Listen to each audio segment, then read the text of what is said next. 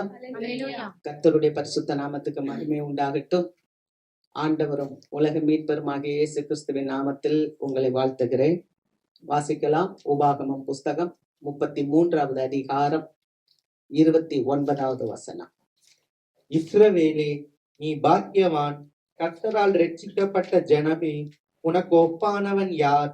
உனக்கு சகாயம் செய்யும் கேடகமும் உனக்கு மகிமை பொருந்திய பட்டயமும் அவரே. உன் சத்துருக்கள் உனக்கு இச்சகம் பேசி அடங்குவார்கள், அவர்கள் மேடுகளை மிதிப்பாய் என்று சொன்னார். இஸ்ரவேலே, நீ பாக்கியவான், கர்த்தரால் ரட்சிக்கப்பட்ட ஜனமே, உனக்கு ஒப்பானவன் யார்? உனக்கு சகாயம் செய்யும் கேடகமும் மகிமை பொருந்திய பட்டயமும் அவரே. உன் சத்துருக்கள் உனக்கு இச்சகம் பேசி அடங்குவார்கள், அவர்கள் மேடுகளை நீ மிதிப்பார். அல்லேலூயா.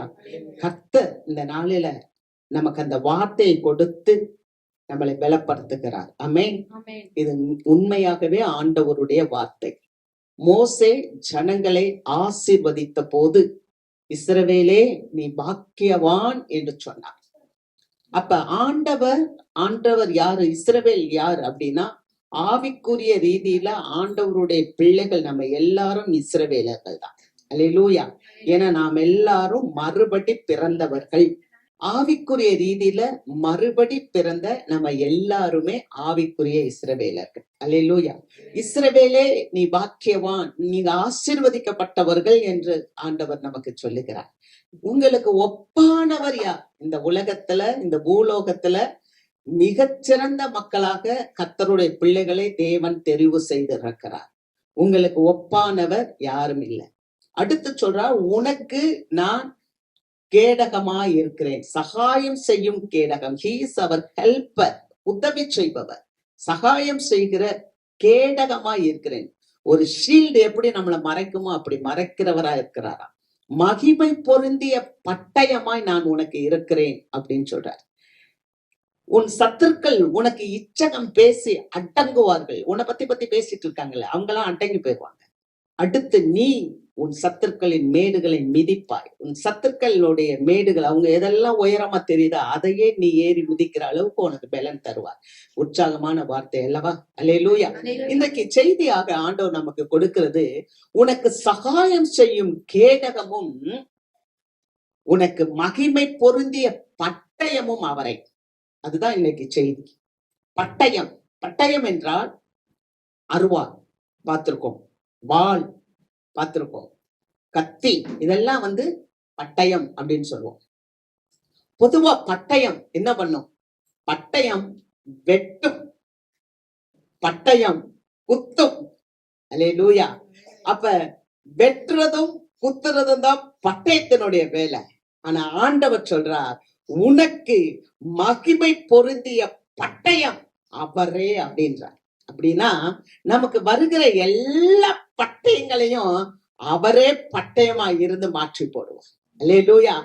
எல்லா பட்டயங்களையும், நமக்கு வருகிற பட்டயங்கள் முதலாவது பார்த்தோம்னா பேச்சுக்கள்.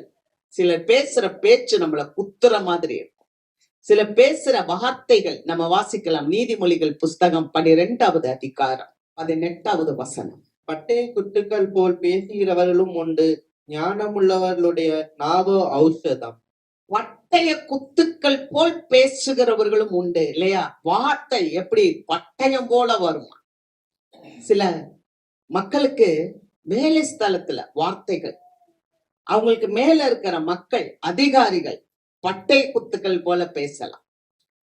வேலை ஸ்தலத்துல, வியாபாரத்துல போட்டிகள், பொறாமைகள், காம்படிஷன் எப்படி இருக்கும்னா பட்டயத்தை போல வரும். குடும்பத்துல, கடந்த வாரம் ஒரு அம்மா சொன்னாங்க, என் தம்பி எப்ப பார்த்தாலும் அவர் மனைவியவும் அவர் பிள்ளைகளையும் கொலை செய்து விடுவேன் என்று சொல்லி அவர் அப்படியே பிரச்சனை பண்ணிட்டு இருக்கிறாரு, அவங்களுக்காக ஜெபிங்க, ஏன்னா குடும்பத்துல பிரச்சனை என்று சொல்லி. அப்ப பட்டயத்தை வச்சு குடும்பத்துல ஏதாவது ஒண்ணு செஞ்சிடலாம் அப்படின்னு சொல்லி இருக்கிறாங்க. பல்வேறு காரியங்கள். நாட்டுல விலைவாசி ஏற்றம், அதுவும் ஒரு பட்டயத்தை போலதான் இருக்கிறது. கடன் கொடுத்தவர்கள் கடனை திருப்பி வாங்கும் போது பல மடங்கு அதிகமாக வசூலிக்கிறாங்க. அதனால கடன் வாங்கினவங்களுடைய நிலைமை கஷ்டமா இருக்கு. அதுவும் பார்க்கும்போது ஒரு பட்டயத்தை மாதிரி இருக்கு வாழ்க்கையில. இப்படி பல்வேறு விதமான பட்டயங்கள் தேவ பிள்ளைகளுடைய வாழ்க்கையில காணப்பட்டாலும் அந்த பட்டயங்கள் எல்லாம் விழுங்குகிற ஒரு பட்டயமாக ஆண்டவரே உங்களுக்கு பட்டயமாக இருக்கிறேன் என்று சொல்லுகிறார். அல்லேலூயா. அதன் மூலமாக கிறிஸ்தவ பிள்ளைகளுக்கு, அந்த தேவனுடைய பிள்ளைகளுக்கு வெற்றியை கொடுக்கிறேன்னு சொல்லுகிறார். இது எப்படி சாத்தியம் அப்படின்னு நீங்க நினைச்சீங்கன்னா, யாத்ராகமம் புஸ்தகத்துல வாசிக்கிறோம், ஆரோன் தன்னுடைய கோல்களை போட்ட போது அந்த தேசத்துல இருக்கிற மந்திரவாளிகள் எல்லாருமே அந்த கோல்களை போட்டாங்க. ஆரோன் போட்ட கோலிலிருந்து ஒரு பெரிய சர்ப்பம் வந்துச்சு. அது மாதிரி மந்திரவாதிகள் போட்ட எல்லா கோல்களுமே சர்ப்பமாக மாறுச்சு. ஆனா ஆரோனுடைய கோல், அந்த சர்ப்பம் எல்லா சர்ப்பங்களையும் விழுங்கி போட்டது. அல்லேலூயா. மந்திரவாதிகள் போட்ட எல்லா கோள்களில் இருந்து வந்த சர்ப்பங்களை ஆரோனுடைய கோல் விழுங்கி போட்டது. ஆமென். இன்னும் சொல்ல போனா எல்லாரும் கொண்டாந்து அவங்கவுங்க கோள்களை அங்க வச்சாங்க ஆசரிப்பு கூடாரத்துல. ஆனா ஆரோன் ஒரு காய்ந்து போன ஒரு கோலை கொண்டாந்து ஆசரிப்பு கூடாரத்துல வைத்த போது ஆரோனுடைய கோல் துளிர்த்தது என்று பார்க்கிறோம். அல்லேலூயா. ஆகவே ஆண்டவராகிய தேவன் தேவ பிள்ளைகளாகிய உங்களுக்கும் எனக்கும் மகிமை பொருந்திய பட்டயமாய் நம் வாழ்க்கையில் வருகிறார். ஆமென். நம்ம வாசிக்கலாம். லேவியராகமம் புஸ்தகம் 26வது அதிகாரம் 6வது வசனத்தை வாசிப்போம். தேசத்தில் சமாதானம் கட்டளையிடுவேன், தத்தளிக்க பண்ணுவார் இல்லாமல் படுத்துக் கொள்வீர்கள்.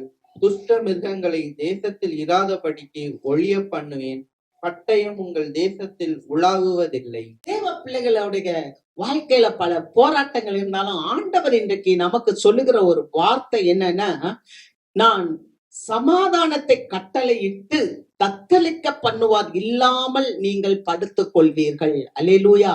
நான் உங்கள் தேசத்திலே, உங்கள் காரியங்களிலே, உங்கள் குடும்பங்களிலே, உங்கள் எல்லைகளிலே நான் சமாதானத்தை கொடுக்கிறேன். நீங்க உங்களை தத்தளிக்க பண்ணுகிறவர்கள் இல்லாம சமாதானமா நீங்க படுத்துக் கொள்வீங்க. உங்கள் தேசத்துல பட்டயம் உலாவுவதில்லை என்று கர்த்தர் சொல்லுகிறார். அல்லேலூயா. அல்லேலூயா. நான் சொன்னேன், பட்டயம் என்றாலே வெட்டுக்களும் குத்துக்களும் நிந்தைகளும் அவமானங்களும் சோர்வுகளும் பலவீனங்களும் பல சுகவீனங்கள், சரீரத்துல இருக்கிற சுகவீனங்கள், இதெல்லாமே பட்டயங்கள் தான்.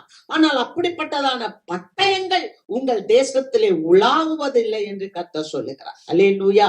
கர்த்தருக்கு மகிமை. அப்ப இது எப்படி சாத்தியமாகும்? ஆண்டவர் ஒரு விசை 7 சபையை குறிச்சு நம்ம பார்க்கிறோம். 7 சபையை குறிச்சு வெளிப்படுத்தின விசேஷத்துல வாசிக்கும் போது பெர்கமு சபைக்கு ஆண்டவர் பேசுகிறார். அப்படி பேசும்போது அவர் சொல்லுகிறார், இருபுறமும் கருக்குள்ள பட்டயத்தை கொண்டவர் உனக்கு வெளிப்படுத்துகிறதாவது அப்படின்னு சொல்லுகிறார். அந்த பெர்கமு சபைக்கு சொல்லும் போது அவர் சொல்லுற வார்த்தை என்ன சொல்றாரு? தன்னை எப்படி இயேசுவானவர் வெளிப்படுத்துகிறார்? இருவரும் கருக்குள்ள பட்டயத்தை உடையவர் நான் என்று சொல்லுகிறார். அல்லேலூயா. அப்படிப்பட்ட மகிமை பொருந்திய பட்டயத்தை தான் தேவன் நமக்கு கொடுத்திருக்கிறார். ஆமென்.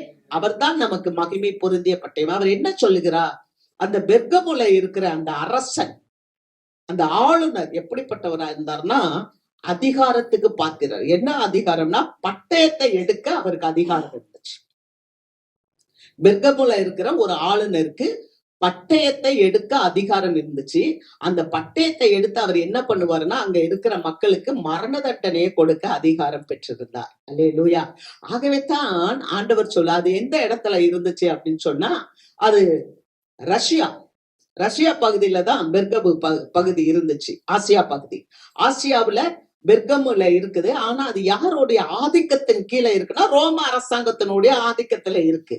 இவர் இவ்வளவு ஆளுகையை பெற்றிருந்ததுனால ஆண்டவர் என்ன சொல்றாருன்னா, நான் இருபுறமும் கருக்குள்ள பட்டயத்தை கொண்டு இருக்கிறேன். அல்லேலூயா. அப்ப ஆண்டவர்கிட்ட இருக்கிறது ஜீவனும் வல்லமையும் உள்ள பட்டயம். ஆண்டவரிடத்துல இருக்கிறது மரணத்துக்கும் ஜீவனுக்கும் அதிகாரம் உள்ள பட்டயம் இருக்கிறது. அல்லேலூயா. அந்த ஆளுநர் இடத்துல இருக்கிற பட்டயம் மரணத்துக்கு உரிய பட்டயமாக இருக்கலாம். ஆனால் ஆண்டவராகிய இயேசுவின் இடத்துல இருக்கிற பட்டயம் மரணத்துக்கும் ஜீவனுக்கும் உரிய பட்டயம். அது மாத்திரமல்ல, நித்திய ஜீவனை கொடுக்கிற பட்டயமாய் இருக்கிறது. அல்லேலூயா. கர்த்தருக்கு மகிமை. வாசிக்கலாம். எபிரேயர் புஸ்தகம் 4வது அதிகாரம் 12வது வசனத்தை நம்ம வாசிப்போம். தேவனுடைய வார்த்தையானது ஜீவனும் வல்லமையும் உள்ளதாயும் இருபுறமும் கருக்குள்ள எந்த பட்டயத்திலும் கருக்கானதாயும் ஆத்துமாவையும் ஆவியையும் கணுக்களையும் ஊனையும் பிரிக்கத்தக்கதாக உருவ குத்துகிறதாயும் இருதயத்தின் நினைவுகளையும் யோசனைகளையும் வகையறுக்கிறதாயும் இருக்கிறது. இந்த பட்டயம் எப்படி இருக்கு? இந்த இருபுறம் கருக்குள்ள பட்டயம் ஆண்டவர் சொன்னார்ல, உனக்கு மகிமை பொருந்திய பட்டயமாய் அவரே இருப்பார். தேவனே நமக்கு மகிமை பொருந்திய பட்டயம். அவருடைய பட்டயம் எப்படி? அது வல்லமை உள்ளது, அது ஜீவன் உள்ளது, அது ஆத்துமாவையும் அது ஆவியையும் ஆத்துமாவையும் கணுக்களையும் ஊனையும் பிரிக்கத்தக்கது. அல்லேலூயா. அந்த தேவனுடைய வார்த்தை என்ற பட்டயம் எப்படி இருக்கான்? ஜீவனும் வல்லமையும் தருவான். சில நேரங்கள்ல நம்ம வசனத்தை கேட்போம். அப்படி கேட்கும் போது நம்மளுடைய உள் மனசாட்சி குத்தம். அல்லேலூயா. அப்படி குத்தும் போது நம்ம என்ன நினைக்கிறோம்? இல்ல, இந்த வார்த்தை நமக்கு தான் வருது. ஏன்னா அந்த வார்த்தைக்கு அவ்வளவு பவர் உண்டு. அந்த பட்டயத்துக்கு அவ்வளவு பவர் உண்டு. அது என்னத்தெல்லாம் செய்யுமா? அது ஆவியவும் ஆத்மாவையும் பிரிக்குது, கணுக்களையும் ஊனையும் பிரித்து உருவ குத்துகிறது. இருதயத்தின் நினைவுகள், நம்மளுடைய இருதயத்தின் நினைவுகள் எப்படி இருக்குது, அதனுடைய யோசனைகள் எப்படி இருக்குது, அதையெல்லாம் வெளிப்படுத்துது. அதுதான் பட்டயம். ஆண்டவர்கிட்ட காணப்படுகிற பட்டயம் உலகத்துல இருக்கிற பட்டயத்தை போல இல்ல. அந்த வார்த்தை அது நமக்கு என்ன கொடுக்குதுன்னா ஜீவனை கொடுக்குது. அந்த வார்த்தை நமக்கு வல்லமையை கொடுக்குது. அந்த வார்த்தை நமக்குள்ள மாமிசத்தையும் ஊனையும் பிரித்து விடுகிறது. பிரித்து கர்த்தருக்கு மகிமையாய் நம்மளை வெற்றி சிறக்க பண்ணுகிறது. இந்த வார்த்தை நமக்குள்ள ஜீவனை கொண்டு வருகிறது. அந்த வார்த்தை நமக்குள்ள வல்லமையை கொண்டு வருகிறது. அந்த வார்த்தை நம்முடைய உள் இருதயங்களை அப்படியே விவரித்து காட்டுகிறது. அதன் மூலமாக கர்த்தர் நம் வாழ்க்கையில இடைப்பட்டு நம்மளை சரி செய்து நம்மளை உயர்த்துகிறார். அல்லேலூயா. கர்த்தராகிய நான் உனக்கு மகிமை பொருந்திய பட்டயமாய் இருக்கிறேன். ஆமென். உலகத்துல இருக்கிற பட்டயம் எல்லாம் வெட்டம், இல்லாட்டா குத்தம். ஆனா ஆண்டவருடைய பட்டயம் நம்மை சீர்படுத்தும். அல்லேலூயா. அந்த வார்த்தை நம்முடைய வாழ்க்கையை சீர்படுத்தும். பாருங்க, நம்ம ஒரு மனிதனை குறிச்சு பாக்குறோம். அவர் ஒரு பெரிய ராஜா. வேதத்துல வாசிக்கிறோம். தாவீதை குறிச்சு பாக்குறோம். சவுல் ராஜா மரித்து போயிட்டாரு. சாமுவேல் துக்கப்பட்டுட்டு உட்கார்ந்து இருக்கிறாரு. அப்ப ஆண்டவர் பேசுறாரு, சாமுவேல்கிட்ட பேசுறாரு. ஏன் துக்கப்பட்டுட்டே உட்கார்ந்து இருக்க? எந்திரி, தைல கொம்ப நிரப்பு, நீ போ, நான் சொல்ற மனுஷனை ராஜாவா அபிஷேகம் பண்ணு. அல்லேலூயா. போறாரு, சாமுவேல் போறாரு, ஈசாயோடைய வீட்டுக்கு போறாரு. ஈசாய், உன் மகனெல்லாம் கொண்டு வாப்பா அப்படின்னும் போது 7 பிள்ளைகளை கொண்டு வராரு. 7 பிள்ளைகளை அப்படியே சாமுவேல் பாக்குறாரு. பையன் வர்றான், எலியாப், நல்ல வாட்ட சாட்டமா நல்லா இருக்கிறாரு. பார்த்த உடனே இவன் தான் ராஜா, இவனைத்தான் நம்ம அபிஷேகம் பண்ணணும்னு நினைக்கும் போது ஆண்டவர் பேசுறாரு. எப்பா, மனுஷன் முகத்தை பாப்பான், நானோ இருதயத்தை பாக்குறேன். பாத்தீங்களா? இருதயத்தின் யோசனைகளை தேவன் அறிகிறவர். நான் இருதயத்தை பாக்குறேன். இவன் இல்ல ராஜா. அடுத்த மகன் 7 பேர் வந்துட்டாங்க. 7 பேரையும் ஆண்டவர் இவங்க இல்ல, இவங்க இல்லன்ட்டார். அப்ப கடைசி ஆண்டவர் சாமுவேல் கேக்குறாரு, உனக்கு பிள்ளைங்க இத்தனை பேர் தானா அப்படின்னு. அப்ப இல்ல, இன்னும் ஒருத்தன் இருக்கிறான். அவன் எங்க இருக்கிறான்? அவன் ஆடு மேய்த்து கொண்டே இருக்கிறான். அவனை வர சொல்லு, அவன் வர்ற வரைக்கும் நான் சாப்பிட மாட்டேன். அவனை கூட்டிட்டு வராங்க. கூட்டிட்டு வரும்போது அவனை சாமுவேல் அபிஷேகம் பண்ணுகிறார். அத வாசிங்க. 1 சாமுவேல் 16வது அதிகாரம் 13வது வசனம். அப்பொழுது சாமுவேல் தைல கொம்பை எடுத்து அவனை அவன் சகோதரர் நடுவிலே அபிஷேகம் பண்ணினான். அந்நாள் முதற்கொண்டு கர்த்தருடைய ஆவியானவர் தாவீதின் மேல் வந்து இறங்கி இருந்தார். சாமுவேல் எழுந்து ராமாவுக்கு போய்விட்டான். அவனை கொண்டு வந்த உடனே தைல கொம்பை எடுத்து, இவன் தான், நீ இவனை அபிஷேகம் பண்ணுன்னு சொல்லி ஆண்டவர் சொல்றாரு. அப்படியே தாவீதின் மேல தைலத்தை ஊத்தி அவர் ராஜாவாக அபிஷேகம் பண்ணும் போது என்ன நடந்துச்சு தெரியுமா? ஆண்டவருடைய ஆவியானவர் அவன் மேல் வந்து தங்கி இருந்தார். தேவ மக்களே, கடந்த வாரத்துல நம்ம பார்த்தோம், கர்த்தர் உங்களையும் என்னையும் அந்தகாரத்திலிருந்து ஆச்சரியமான ஒளிக்கு அழைத்தவருடைய புண்ணியங்களை அறிவிக்கும்படி அவர் நம்மளை ராஜாக்களாக, லேவியராக, ஆசாரிய கூட்டமாக, பரிசுத்த ஜாதியாக, அவருக்கு சொந்த ஜனங்களாக நம்மை தெரிந்து கொண்டார். அல்லேலூயா. அப்ப நம்மளையும் ஆண்டவர் அப்படி முத்தரித்து இருக்கிறார். ஆமென். அப்ப அந்த அபிஷேகத்தை நீங்களும் நானும் பெற்று இருக்கிறோம். அல்லேலூயா. அந்த தைல கொம்புல இருக்கிற அந்த அபிஷேக தைலத்தை அந்த தாவீதனுடைய சிரசுல ஊத்துன போது கர்த்தருடைய ஆவியானவர் அவர் மேல் தங்கி இருந்தார். அல்லேலூயா. அதனாலதான் இன்னைக்கு தேவ பிள்ளைங்க விசுவாசிகளாக நாம பரிசுத்த ஆவியை வாஞ்சிக்க வேணும். ஏன்னா ஆவியானவர் எங்கே உண்டோ அங்கே உங்களுக்கு விடுதலை உண்டு. நீங்க ஆவி இருந்தாதான் மேற்கொள்ள முடியும். அல்லேலூயா. என்னது? உங்களுக்கு வருகிற பாடுகள், தலை வலிக்குது, கால் வலிக்குது, இடுப்பு வலிக்குது, கை வலிக்குது, எனக்கு பலவீனம், எல்லாவற்றையும், பண கஷ்டம், மன கஷ்டம், எல்லாத்தையும் நீங்க மேற்கொள்வதற்கு பரிசுத்த ஆவி நமக்கு தேவை. இந்த கர்த்தருடைய ஆவியானவர் அவன் மேல் வந்து தங்கி இருக்கும் போது மீண்டுமாக அவங்க அப்பா கூப்பிடுறாரு. எப்பா, இந்த 7 பேர் எங்க போயிட்டாங்க? சவுலோட கூட ராணுவத்துக்கு போயிட்டாங்க. தாவீது திரும்ப ஆடு மேய்க்க போயிட்டார். ஒரு நாள் ஈசாய் தாவீதை கூப்பிட்டு கொஞ்சம் பாலாடை கட்டி, கொஞ்சம் பயறு, வறுத்த பயறு, கொஞ்சம் அப்பம் எல்லாத்தையும் கொடுத்து, நீ போய் அண்ணன்ட்ட கொடுத்துட்டு வாப்பா, ராணுவத்துல இருக்கிறாங்க, போய் கொடுத்துட்டு வான்னு சொல்லும் போது ராணுவத்துல இருக்கிற இடத்துல போறாரு தாவீது. அங்க போனா ஒரு பெரிய பெலிஸ்தன், ஒரு பெரிய அரக்கன், 6 அடி 7 அடி இருக்கிறான், ஒயாரமா இருக்கான். அவன் வந்து அங்க இருக்க மக்கள் எல்லாம் பார்த்து கொக்கரிக்கிறான். இஸ்ரவேல்ல உங்கள்ட்ட யாருமே இல்லையா? நீங்க வாங்க, நான் உங்களை வந்து கொன்று போடுறேன், அப்படி இப்படின்னு காலை மாலை 2 நேரம் வந்து 40 நாள் கத்திக்கிட்டே இருக்கான். இத தாவீது போய் பார்த்துட்டார். அல்லேலூயா. இப்ப நீங்க யோசிக்கணும், நமக்கு பிரச்சனை இருக்காதா? பிரச்சனை வரும். இவர் என்ன பண்ண போனாரு தாவீது? அப்பா சொல்படியை கேட்டு அன்னைங்களுக்கு வறுத்த பயரையும் பாலாட கட்டியவும் அப்பத்தையும் எடுத்து கொண்டு போய் கொடுக்க போனார். அங்க போனா அன்எக்ஸ்பெக்டட், எதிர்பாராத விதமாக சந்திக்கிற ஒரு காரியம் கோலியாத். பெலிஸ்தனை பாக்குறாரு, அரக்கனை பாக்குறாரு. அவன் வந்து இப்படியும் அப்படியும் கொக்கரிச்சுக்கிட்டு இருக்கான். அப்ப அங்க இருக்க ஜனங்கள் எல்லாம் பேசுறாங்க, இந்த மனுஷனை ஜெயிக்கிறவங்களுக்கு ராஜா தன்னுடைய பொண்ணை திருமணம் பண்ணி வைப்பார். இத கேக்குறான். கேட்ட உடனே திரும்ப இப்ப ராஜா கிட்ட நேரம் வரான். பாருங்க, வாசிக்கலாம். 1 சாமுவேல் 17வது அதிகாரம் 32வது வசனம். தாவீது சவுலை நோக்கி, இவன் நிமித்தம் ஒருவனுடைய இருதயமும் கலங்க வேண்டியதில்லை. உம்முடைய அடியானாகிய நான் போய் இந்த பெலிஸ்தனோட யுத்தம் பண்ணுவேன் என்றான். அல்லேலூயா. பாருங்க, இவன் ஒரு ஆடு மேய்க்கிற சிறுவன். ஆனா ஆடு மேய்க்கிற இந்த சிறுவன் அபிஷேகம் பண்ணப்பட்டவன். அபிஷேகம் பண்ணப்பட்டதுனால, கர்த்தருடைய ஆவி இந்த மனுஷனுக்குள்ள இருந்ததுனால, ஒரு ராஜா அந்த கோலியாத்தை பார்த்து பயந்துகிட்டு இருக்கிற நேரத்துல இந்த சின்ன பையன், ஆடு மேய்க்கிற பையன், ஒரு சாதாரண ஒரு வாலிபன், ஒரு 13-14 வயசு இருக்கும். அவன் போய் என்ன சொல்றான்? ராஜாட்ட பார்த்து சொல்றான், இந்த பெலிஸ்தன் நிமித்தம் உங்கள் இருதயம் கலங்க வேண்டாம். அல்லேலூயா. யார் யார சொல்றது? ஒரு மனுஷனுக்குள்ள தேவ ஆவி இருக்கும் என்றால், கர்த்தருடைய ஆவி உங்களுக்குள்ள இருக்கும் என்றால், நீங்கள் எப்பேற்பட்ட மனுஷனையும் தேற்றுகிறவர்களாய் மாறுவீர்கள். அல்லேலூயா. என்னத்தான் யாராவது தேற்றணும், என்னத்தான் என்னை யாராவது தேற்றணும், என்னத்தான் யாராவது வந்து விசாரிக்கணும் என்பதாக அல்ல, மாறாக ஒரு ராஜாவை போய் தேற்றுகிறான்.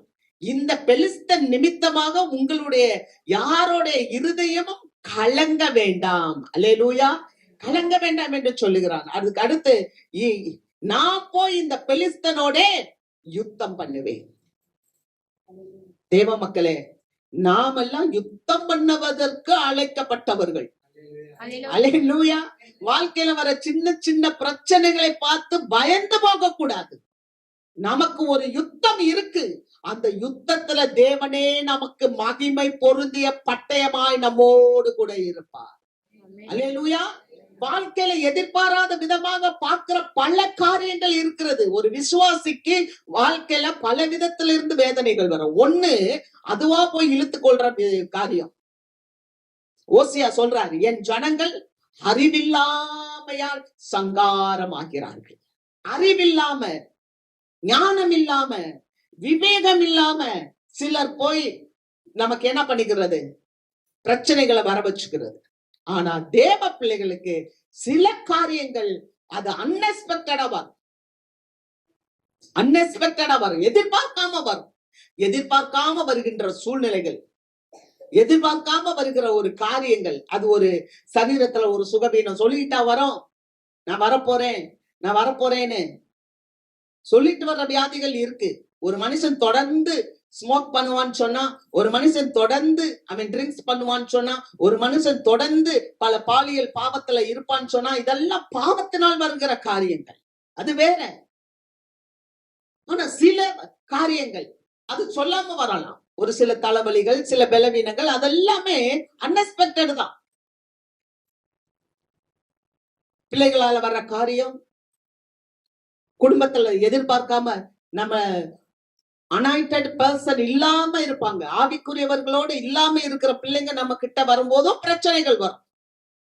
நம்ம ஆவிக்குரியவர்களா இருப்போம், ஆனா ஜெயம் எடுக்க வேண்டும். அல்லேலூயா. இதுதான் இங்க நடந்துச்சு. எதிர்பாராத விதமா சாப்பாடு கொண்டு போன இடத்துல பெலிஸ்தனை பாக்குறார். இப்ப சொல்றார், ராஜாட்ட சொல்றார், இவன் நிமித்தமாக நீங்க கலங்க வேண்டாம், இந்த யுத்தத்தை நான் பண்ணுகிறேன் என்று சொல்றான். உடனே அந்த அரசர் என்ன செய்யறாரு தெரியுமா, நீ யுத்தம் பண்ண போறியா, நீ பார்த்தா இவ்வளோண்டா இருக்கியே, ஒரு சாதாரண துணியை கட்டிட்டு இவ்வளோண்டு ஒரு பையனா இருக்கிற, எப்படி பண்ணுவேன்னு சொல்லிட்டு ராஜா எழுந்திருச்சு அவருடைய ட்ரெஸ் எல்லாம் எடுத்து கொடுக்குறார். இந்த ட்ரெஸ் எல்லாம் நீ போட்டுக்கோ, இந்த பட்டயத்தெல்லாம் நீ வச்சுக்கோ அப்படின்னு சொல்லும்போது, தாவீது ராஜாவுடைய வஸ்திரத்தெல்லாம் வாங்கி போட்டுக்கிட்டு அவருடைய பட்டயத்தெல்லாம் கையில எடுத்துட்டு இப்படி அப்படி நடந்து பாக்குறாரு. நடந்து பார்த்தா என்ன நடக்குதுன்னா, அவரால முடியல. இந்த அபியாசியம் எனக்கு இல்லை. அல்லேலூயா. இத போட்டுட்டு என்னால நடக்க முடியாது. ஆமென். அருமையான தேவ மக்களே, நீங்க போராட்டத்துக்கு போராடணும் சொன்னா, அந்த ட்ரெஸ் இருந்தா தான் நான் பண்ணுவேன், இந்த ட்ரெஸ் இருந்தா தான் பண்ணுவேன். அதாவது ட்ரெஸ்ன்னு போது அவங்கள மாதிரி இருந்தா என்னால இருக்க முடியும், இவங்கள மாதிரி இருந்தா என்னால இருக்க முடியும். எல்லாரும் அதே அந்த இடத்துல கர்த்தர் அவங்கள கரெக்டா வச்சிருப்பார். ஆமென். அல்லேலூயா. நம்மளே இருக்கிற இடத்துல கரெக்டா வச்சிருப்பார். இவன் அழகா பாரு, ராஜாவுடைய உடைய போட்டு பார்த்தான், நடந்தான். இந்த அபியாசம் எனக்கு இல்ல. அவன் எதுல ஜெயம் எடுக்கிறான் வாசிக்கலாம். 1 சாமுவேல் 17வது அதிகாரம் 45வது வசனம். அதற்கு தாவீது பெலிஸ்தனை நோக்கி, நீ பட்டயத்தோடும் ஈட்டியோடும் கேடகத்தோடும் என்னிடத்தில் வருகிறாய், நானோ நீ நிந்தித்த இஸ்ரவேலுடைய இராணுவங்களின் தேவனாகிய சேனைகளுடைய கர்த்தரின் நாமத்திலே உன்னிடத்தில் வருகிறேன். ஹல்லேலூயா. அழகா சொல்ற, தாவீது பெலிஸ்தனை நோக்கி, நீ பட்டயத்தோடும் ஈட்டியோடும் கேடகத்தோடும் என்னிடத்தில் வருகிறாய். அந்த மனுஷத்தை எல்லாம் இருந்துச்சு. அவன் ஒரு பெரிய உயரமானவன். அது மாத்திரமல்ல, அவனுடைய வேலையே, அவனுடைய ப்ரொஃபஷனே என்னன்னா அடிதடி சண்டை போடுறவன் தான். புரியுதா?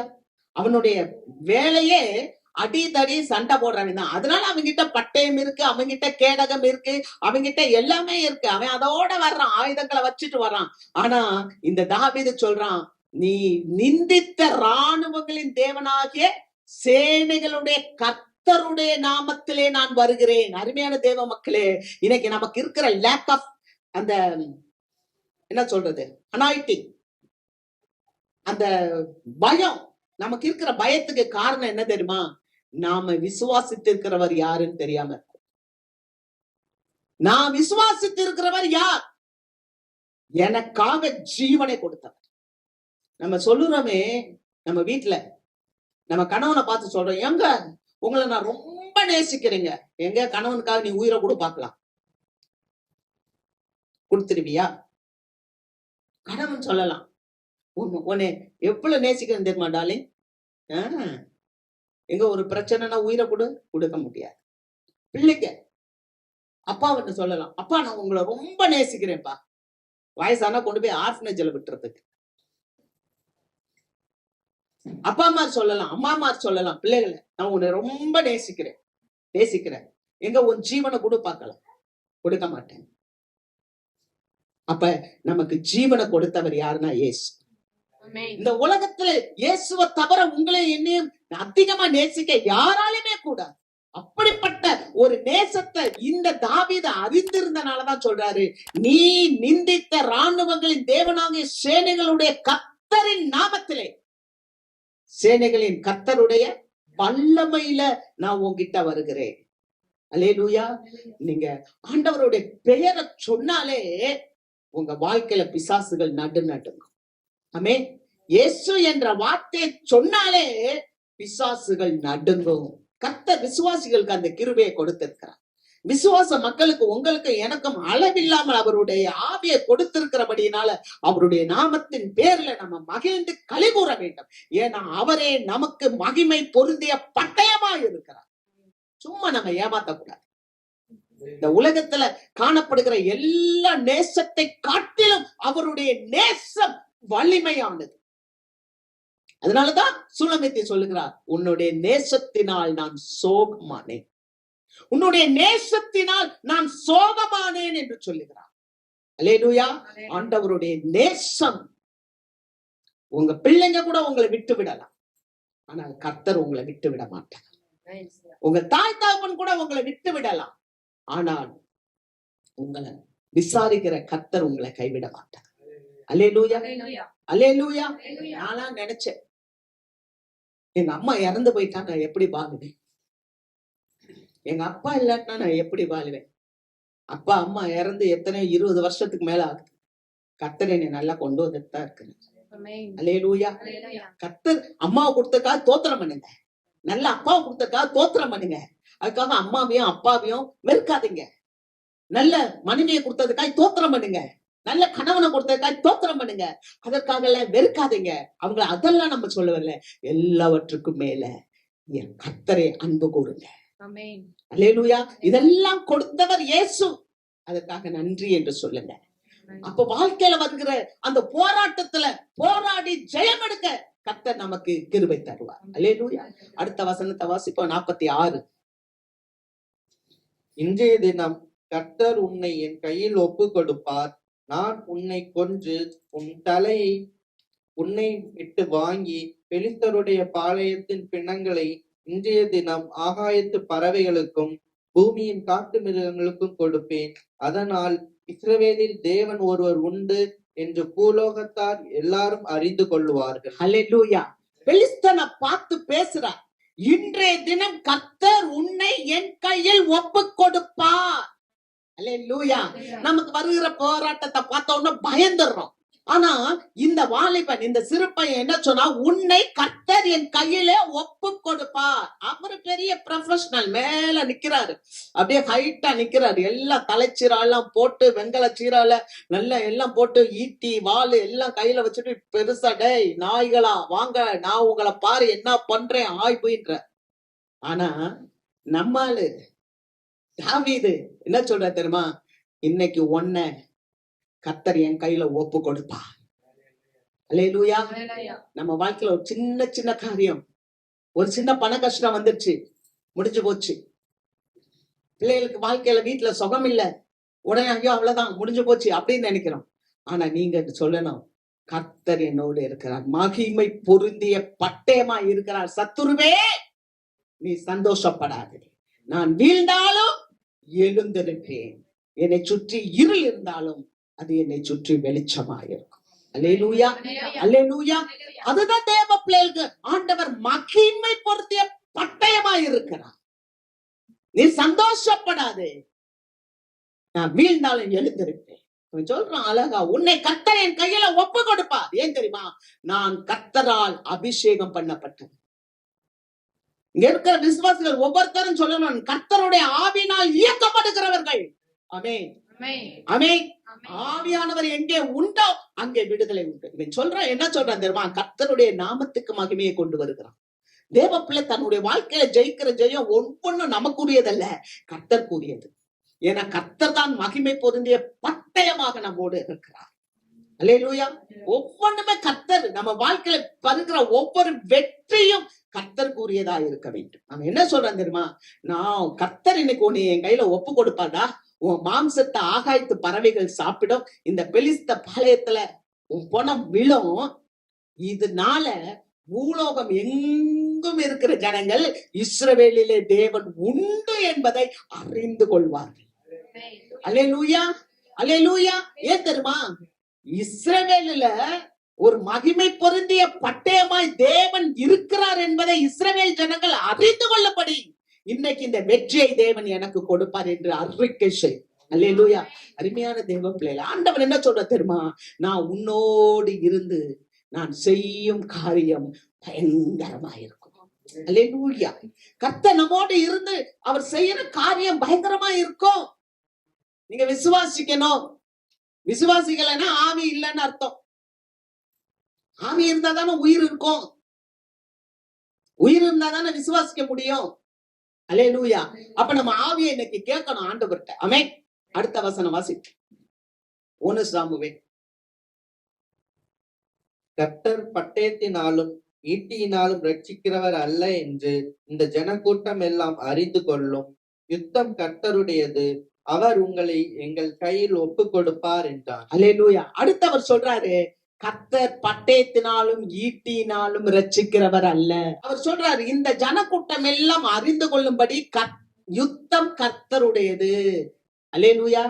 யுத்தம் யாருடையது? கர்த்தருடையது. எப்படி அழகா ஒப்பு கொடுத்து பேசுறாரு பாருங்க. நம்மளுடைய வாழ்க்கை, நம்முடைய ஜீவியம், நம்முடைய குடும்பம், நம்மளுடைய தொழில் ஸ்தானம், நம்முடைய காரியம், ஊழியம் எல்லாமே கர்த்தருடையது. எல்லாமே கர்த்தர். அது மட்டும் நம்ம நம்பவே மாட்டேன்றோம். ஆண்டவர்ட்ட வந்து எனக்கு எல்லாம் செய் செய் செய் செய் செய், ஆனா நான் உங்களுடையவள் அல்ல. அது எப்படி? அது எப்படி? அப்பாட்ட கேட்போம் பாரு, யோ நான் ஏன் பெத்த, நான் ஏன் என்னை பெத்த? அம்மாவை பார்த்து பெத்தல சோறு போடு, பெத்தல காசு கொடு, ஏன் பெத்தாங்கள நல்லா வளர்க்குறாங்கள, வளரு நல்லதுல கேட்க மாட்டோம். அது மாதிரி நம்மளும் வந்து ஆண்டவர்கிட்ட குடு குடு குடு, இதை செய் அதை செய், ஆனா காது கொடுத்து கேட்க மாட்டோம். ஆண்டவர் சொல்றாரு, பட்டயத்தினாலும் ஈட்டினாலும் ரட்சிக்கிறது அல்ல, யுத்தம் கர்த்தருடையது. அல்லேலூயா. ஒரு தேவ பிள்ளைக்குள்ள கர்த்தருடைய ஆவியானவர் இருப்பாருன்னா அவங்களுக்குள்ள சமாதானம் இருக்குங்க. நான் சொல்லுவேன், ஏன்னா அவர் எதுக்கு தெரியுமா இந்த உலகத்துக்கு வந்தாரு? சமாதானத்தை கொடுக்கதான் வந்தார்.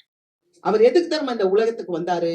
அமைதியை கொடுக்கதான் வந்தார். அதனாலதான் அவர் சொன்னார், உலகம் கொடுக்கிற சமாதானத்தை அல்ல, என்னுடைய சமாதானத்தையே உங்களுக்கு வைத்து போகிறேன், உங்கள் இருதயம் கலங்காமலும் பயப்படாமலும் இருப்பதாக. அல்லேலூயா. ஏன் கலங்குற, ஏன் பயப்படுற? பயப்படாத என்று சொல்லுகிறார். கர்த்தருக்கு மகிமை. ஆக இந்த யுத்தம் யாருடையது? கர்த்தருடையது. அல்லேலூயா. பழைய ஏற்பாட்டுல பாக்குறோம், ஒரு மனுஷன் பயந்தாங்கோலியா, பயங்கரமான பயந்தாங்கோலி. அங்க வசனத்தை வாசிக்கிறோம். நீங்க வீட்டுல போய் வாசித்து பாருங்க. நியாயாதிபதிகள் புஸ்தகம் 6வது அதிகாரம் 7வது அதிகாரத்தை வீட்டுல போய் நீங்க வாசித்து பாருங்க. இஸ்ரவேல் ஜனங்கள் கர்த்தருக்கு பொல்லாப்பானதை செஞ்சாங்களாம். அவங்க பொல்லாப்பு செய்யும் போது ஆண்டவர் என்ன பண்ணிட்டாருன்னா, இஸ்ரவேல் ஜனங்களை சத்ருவின் கைக்கு ஒப்பு கொடுத்துட்டாங்க. அவங்க வந்தாங்க, இந்த மீதியானியர்கள், அமலேக்கியர்கள், கிழக்கத்தி புத்திரர், இவங்களா வந்து என்ன செஞ்சாங்கன்னா, முதல்ல நம்ம வாழ்க்கை சரியில்லைன்னா பிசாசு தொடுற இடம் எது தெரியுமா? பொருளாதாரம். உன் பொருளாதாரத்தை தான் பிசாசு தொடுவான்.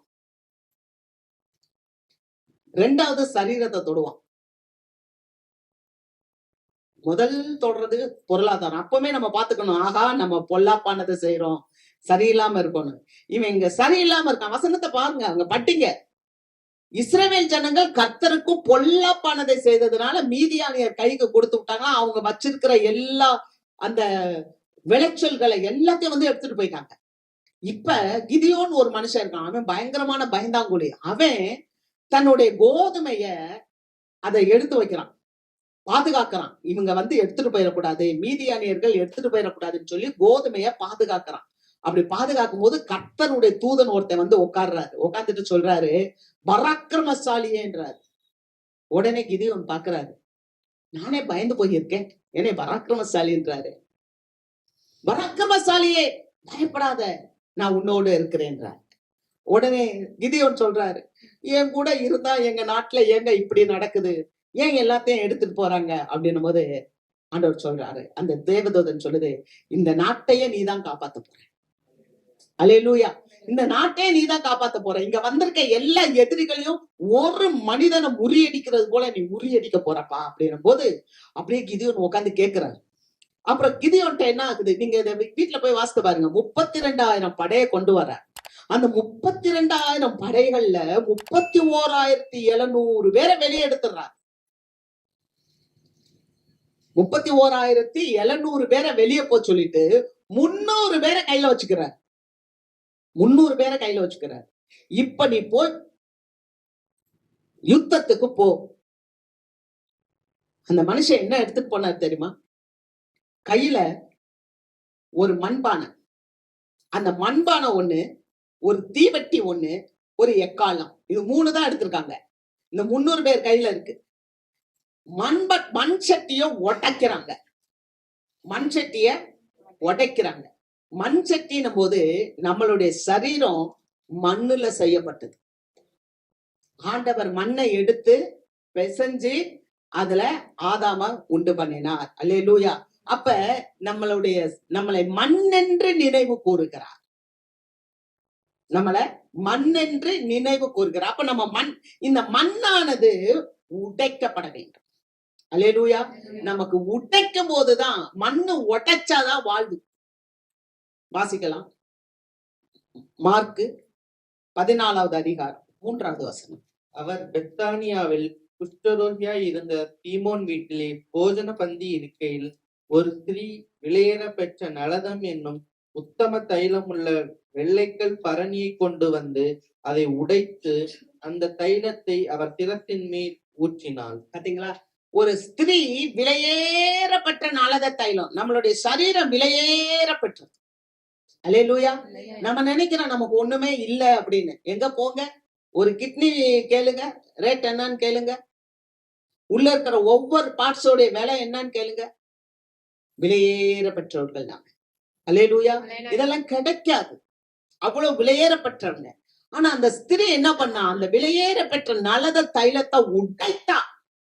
நம்முடைய வாழ்க்கையில நம்ம ஜெயம் எடுக்கணும்னா நமக்கு முதல் தேவை உடைக்கப்படுகிற ஒரு அனுபவம் வேணுங்க.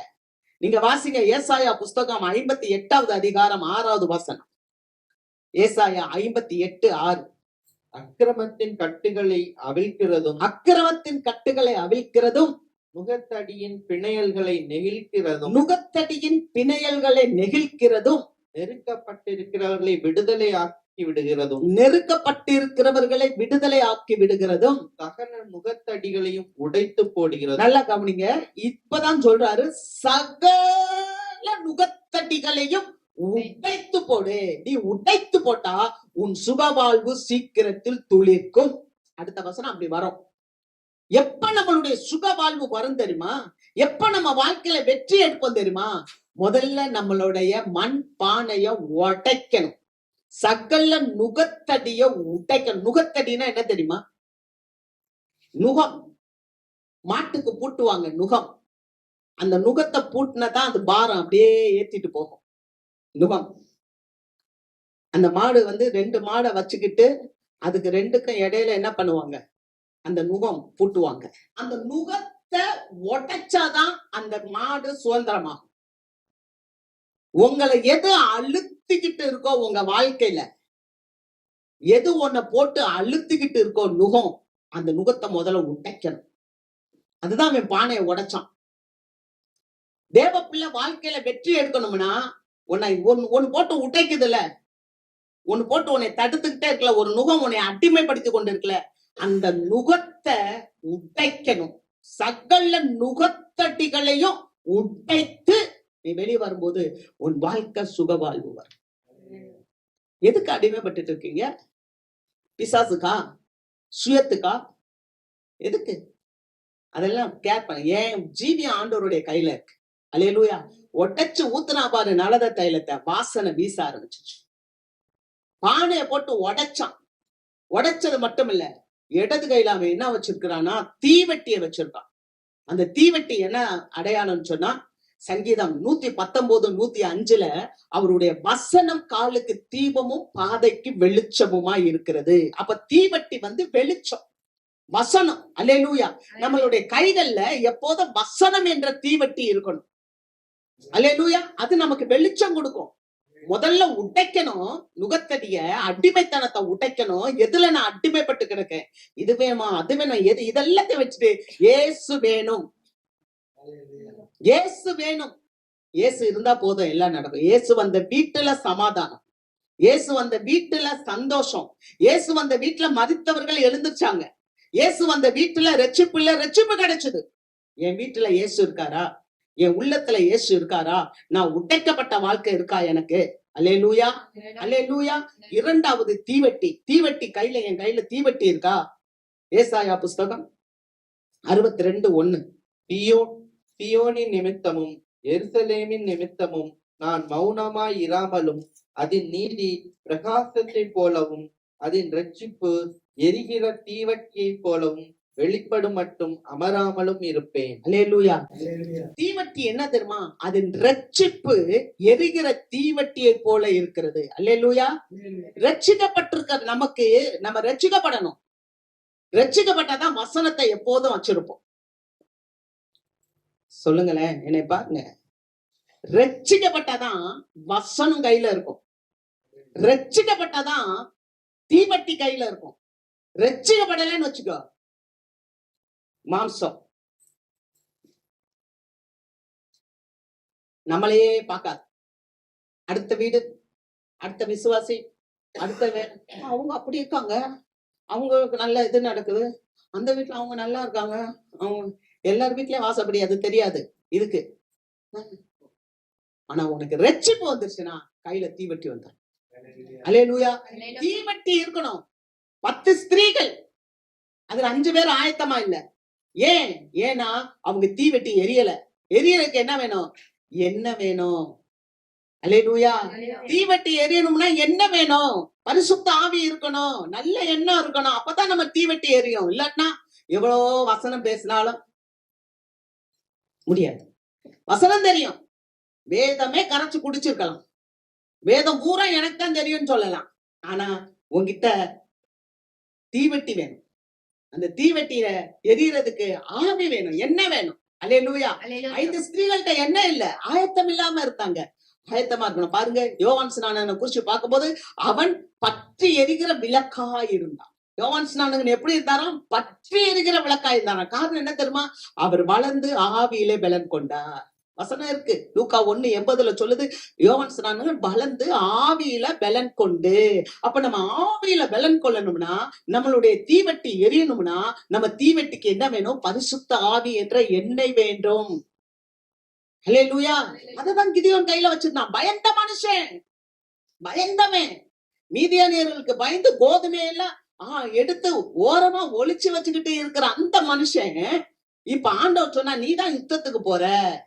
அவர்கிட்ட ஆண்டவர் தன்னுடைய ஆவியை கொடுத்தார், பரிசுத்த ஆவியை கொடுத்தார். கர்த்தரின் ஆவியால் நிரப்பப்பட்ட போது அவன் பானையை உடைக்கிறான்.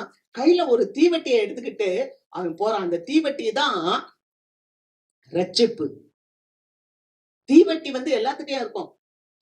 நீங்க யோவான் 18வது அதிகாரம் 3வது வசனத்தை பாத்தீங்கன்னா, ஏசாமியை காட்டி கொடுக்கறதுக்காக தீவட்டிகளோடு போறான் யூதாஸ்காரியோத்து. அல்லேலூயா. தீவட்டி யார் கையில இருக்கு? ரட்சிக்கப்பட்ட பிள்ளை கையில இருக்கணும். அல்லேலூயா. இதுக்குதான் ஞானம் வேணும், இதுக்குதான் விவேகம் வேணும். நம்ம எப்படி இருக்கிறோம்? யார் கையில தீவட்டி இருக்கு? யார் ரட்சிக்கப்பட்டா? அந்த தீவட்டி எரியுதா? அது விவேகமா நம்ம பார்க்கணும்.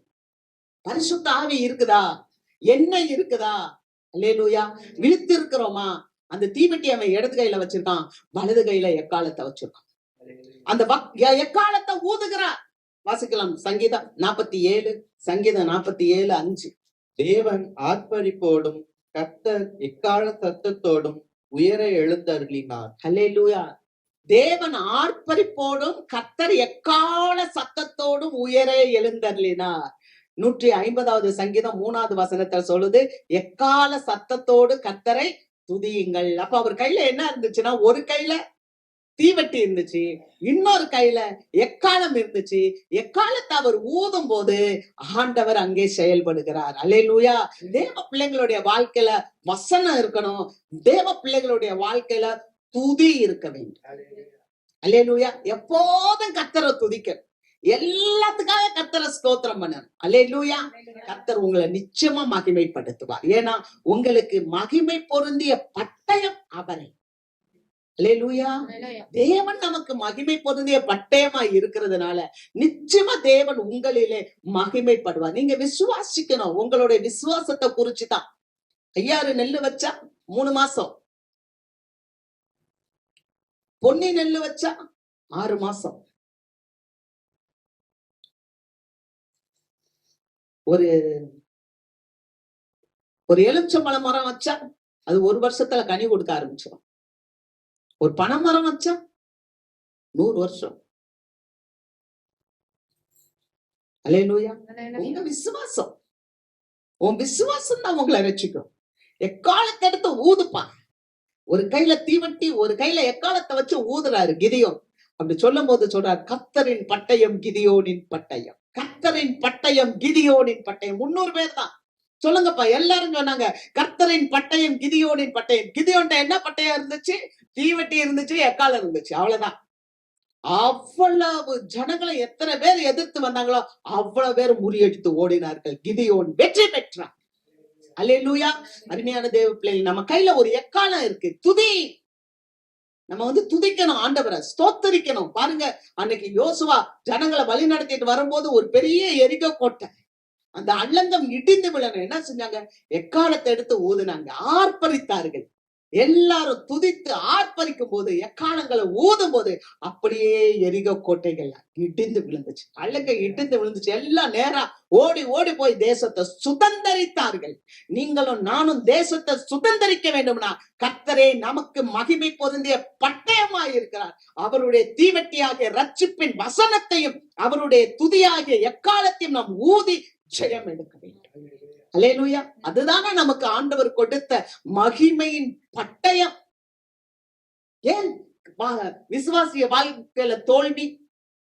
ஏன் விசுவாசிகளுடைய வாழ்க்கையில கஷ்டம்? சொல்லுங்க. ஏன்னா நீங்க ஜெபம் இல்ல, உங்களுக்கு துதி இல்ல, உங்களுக்கு வெற்றி வாழ்க்கை இல்ல. நீங்க ஜெபிங்க, துதிங்க, வெற்றி எடுங்க, கர்த்தர் உங்களை ஆசீர்வதிப்பார். நீங்க நுகத்தனிய முதல்ல விட்டீங்க, தேவன் நமக்கு வெற்றி கொடுப்பார். அல்லேலூயா. வாசிக்கலாம். தாவீதுக்கு வருவோம் நம்ம. 1 சாமுவேல் 17:50. இவ்விதமாக தாவீது ஒரு கவனினாலும் ஒரு கல்லினாலும் பெலிஸ்தனை மேற்கொண்டு அவனை மடங்கடித்து அவனை கொன்று போட்டான். தாவீதின் கையில் பட்டயம் இல்லாதிருந்தது. அல்லேலூயா. பெலிஸ்தன் முன்னால ஒரு சின்ன கல்ல கொண்டு தாவீது எரிந்தான். ஏன்னா அவன் அபிஷேகிக்கப்பட்டவன், அவன் கர்த்தருடைய ஆவியை பெற்றவன். ஒரு சின்ன கல்ல கொண்டு வந்துதான் கோலியாத்து மேல எரிஞ்சாரு. நல்லா யோசித்து பாருங்க. அப்படியே நெத்தியில பட்டு பின்னால போயிடுச்சு. தலைச்சீரை போட்டிருக்க, பின்னால போய் அப்படியே கோலியாத்து கீழே விழுந்தான். கீழே விழுந்து செத்து போயிட்டான். கோலியாத்து செத்து போயிட்டான். வசனம் சொல்லுது, தாவீதின் கையில் பட்டயம் இல்லாது இருந்தது. அவன் கல்லினாலும் கவனினாலும் அந்த பெலிஸ்தனை கொன்று போட்டான். நமக்கு வருகிற சத்துருக்கள் எவ்வளவு பெருசா இருந்தாலும் நாம ஜெபிக்கும் போது கர்த்தர் நமக்கு விடுதலையை கொடுப்பார். அல்லேலூயா. விசுவாசம், விசுவாசத்தோட ஜெபிக்கணும். தேவனுடைய பிள்ளைகளுக்கு மகிமை பொருந்திய பட்டயமா தேவன் இருக்கிறார். உங்களை யாரும் ஒண்ணும் பண்ண முடியாது. ஏன்னா நீங்க ஜெயிக்க பிறந்தவங்க, விசுவாசிகள் ஜெயிக்க பிறந்தவங்க. அல்லேலூயா. ஜெயிக்க பிறந்தவர்கள். எப்படி தெரியுமா? கல்லினாலும் கவனினாலும் கோலியாத்தை க்ளோஸ் பண்ணிட்டான். அந்த கல் எப்படிப்பட்ட கல்லு தெரியுமா? தானியேல்ல படிக்கிறோம் இல்லையா? ஒரு நல்ல சிலை இருந்துச்சு. அது கால் களிமண்லையும் இரும்புலையும் கலந்து இருந்துச்சு.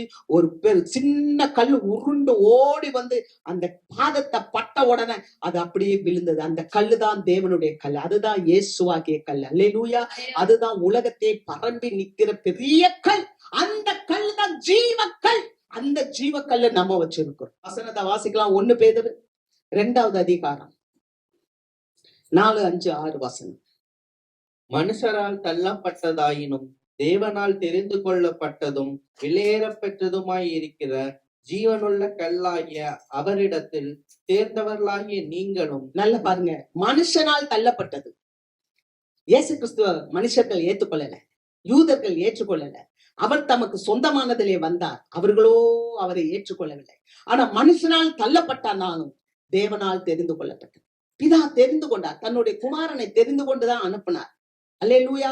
அப்பரை சேர்ந்தவர்களாகிய நீங்கள் ஜீவனுள்ள கற்களைப் போல ஆவிக்கேற்ற மாளிகையாகவும் இயேசு கிறிஸ்து மூலமாய் தேவனுக்கு பிரியமான ஆவிக்கேற்ற பலிகளை செலுத்தும்படிக்கு பரிசுத்த ஆசாரிய கூட்டமாகவும் கட்டப்பட்டு வருகிறீர்கள்.